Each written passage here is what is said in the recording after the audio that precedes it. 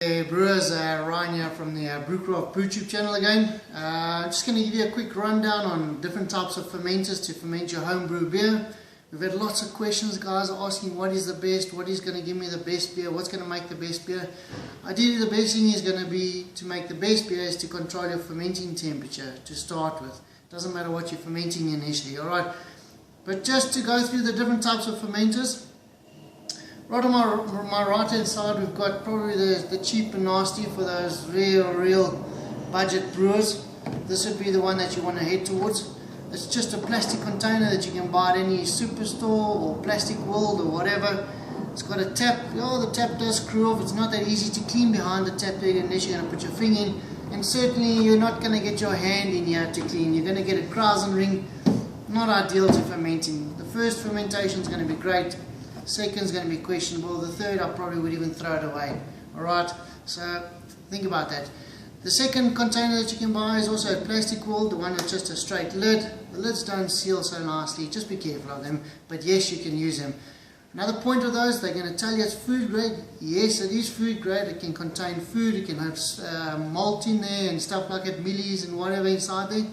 But it's also got microscopic pores, that's why it's on the cheaper side. Microscopic pores that your beer and your bacteria is going to filter into at some stage while your fermenter is standing around between brews and things like that. So keep that in mind. If you're going to use them, sanitize, which is probably the norm with anything anyway.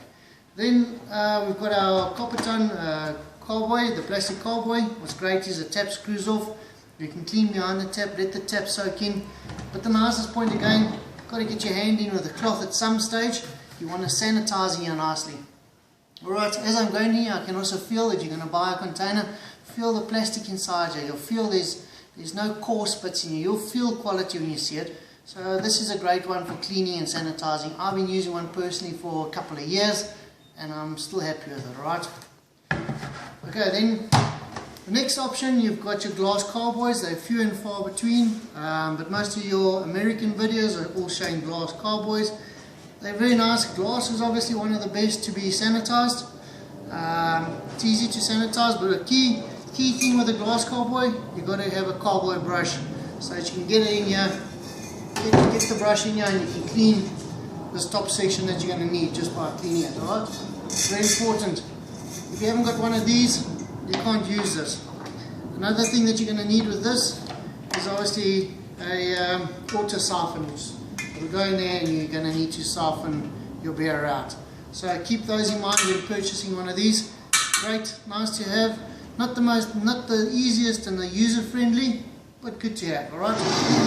Then lastly we've got our sort of new edition, which is our Craft Series stainless steel fermenter. It's really nicely finished on the inside. And the greatest thing about this is no seams on the inside. Right down the bottom there, it's seamless. Alright, so this is going to give you years and years and years and years and years and years of service.